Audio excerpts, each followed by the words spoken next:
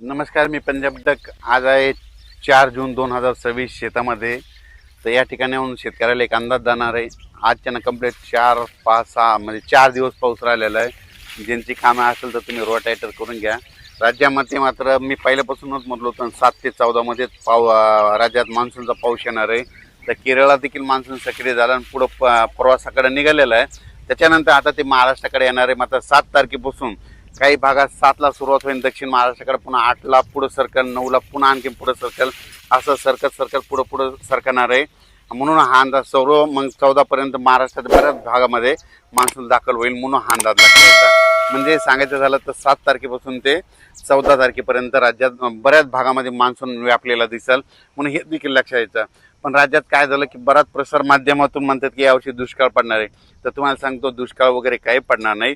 पाऊस थोडाफार कमी राहील, पिकं चांगले येतील. मात्र परतीचा पाऊस धुमाकूळ घालणार आहे. त्याच्यामुळे दोन्ही पिकं येणार आहे, रब्बी येणार आहे आणि खरीप पण येणार आहे. त्याच्यामुळे ही शेतकऱ्यासाठी सर्वप्रथम आनंदाची बातमी. पण काय झालं, बऱ्याच प्रसार माध्यमातून म्हणतात की दुष्काळच पडणार आहे. तर तुम्हाला हे सांगत असताना सांगू इच्छितो, यावर्षी पावसाचं जेमतेम सरासरीचं प्रमाण सांगतो कसं पडणार आहे. जूनमध्ये थोडाफार कमी पडेल, पेरण्या होतील, म्हणजे पेरण्या 2 टप्प्यात होतील. एक होतील 7 ते 14 मध्ये होतील आणि नंतर काय होईल 20 ते 30च्या दरम्यान एक पेरणीचा टप्पा राहील. आणि त्याच्यामधून जर काही शेतकरी कोणाची वापसा नसली उरली तर मग 10 जुलै ते 15 जुलैमध्ये तिसरा टप्पा राहील. म्हणजे असे 3 टप्पे पेरणीचे राहणार. पहिल्यापासूनच मी सांगतो, म्हणजे 7 ते 14 मध्ये ज्यांच्याकडे ईदभर ओल गेली तर ते पेरणी करते. आणि त्याच्यानंतर 20 ते 30 मध्ये जिथं पाऊस पडला त्यांच्याकडे ईदभर ओली की ते पेरणी करते. आणि त्याच्यातून काही पाऊस नसला, ट्रॅक्टर नाही भेटला, डिझेल नाही भेटलं, त्याच्यामुळे जर उरल्या तर 10 जुलै ते 15 म्हणजे असे 3 टप्पे पेरणीचे होते. पण शेतकऱ्याला सर्वप्रथम सांगतो, तुम्ही काय करा, पाऊस पडल्याच्या नंतर शेतामध्ये कुदळ घेऊन जा. आणि कुदळ घेऊन झाल्याच्या नंतर तुमच्या जमिनीमध्ये काय करा, अशी ईदभर ओल गेली, अशी ईदभर की कधी पेरणी करू शकतात. मग काय होतं ना, शेतकरी काय करतात, हे 4 बोट ओल गेली की त्याच्यावर पेरणी करतात आणि तुमची पेरणी फेल जाते. म्हणून चांगली ईदभर ओल गेल्याच्या नंतर, पेरल्याच्या नंतर महिनाभर जरी पाऊस नाही आला तर ते तुमचं पीक उगवतं आणि ते ताशी देखील लागतं.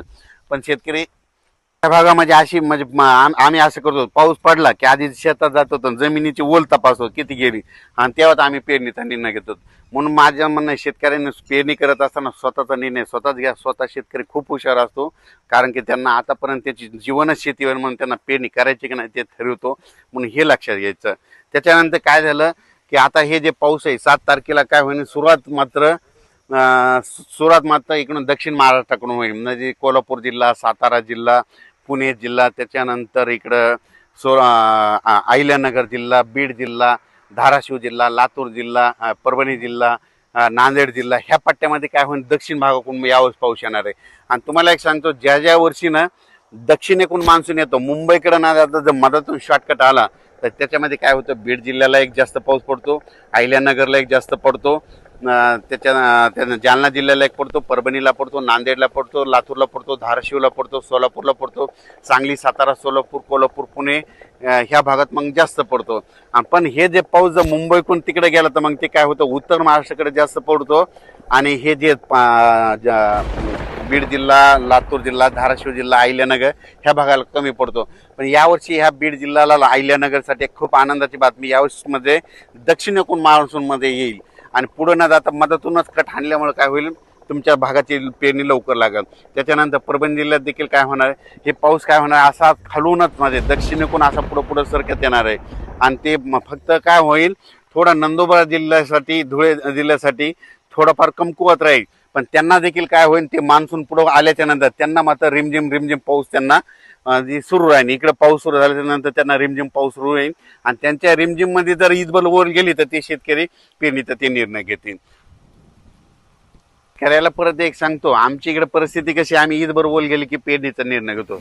आपण आपलं जसं तुमच्या भागात कसं करतात तुम्ही तुमचा निर्णय घ्या आणि पेरणीचा आम्ही पाऊस येण्याचं, पाऊस कसा येणार त्याचं काम सांगू आणि तुम्ही तुमचा पेरणीचा निर्णय स्वतः घ्या. आणि बियाणे निवडत असताना आपल्या नातेवाईकाला, आपल्या स्वतःच्या अनुभवानुसार कुठं आपण स्वतः डोळ्याने पाहिजे नंतर त्या बॅग निवडल्या तसेच बियाणे निवडा. मी देखील आता माझं शेत यावर्षी माझे 20 एकर सोयाबीन राहणार आहे आणि कापूस देखील राहणार आहे. आणि यावर्षी जवळपास 30 एकर शेतामध्ये कापूस देखील आहे, सोयाबीन देखील मी पेरणार आहे. आणि पेरणी करत असताना तुम्हाला त्याचा व्हिडिओ देखील देणार आहे. आणि कापूस मी ज्या धूळ पेरणी करणार आहे त्याचा देखील तुम्हाला व्हिडिओ देणार आहे.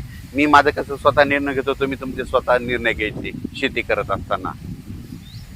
7 जून पासून जे काय होईल तसं तर 6 तारखेला वातावरणात बदल होईल, पण 7 जूनला काय होईल ते वातावरणात बदल होईल. लगेच मान्सूनचा पाऊस बऱ्याच भागामध्ये आलेला दिसेल. मग ते पाऊस मग काय होईल, दक्षिण महाराष्ट्राकडून जे इकडून आल्याच्या नंतर मराठवाड्याकडे येईल, पुन्हा विदर्भाकडे, ह्या इकडं यवतमाळ जिल्हा, नांदेड जिल्हा, चंद्रपूर, वर्धा, नागपूर, भंडारा इकडं असंच जाईल. तसा पुढं ते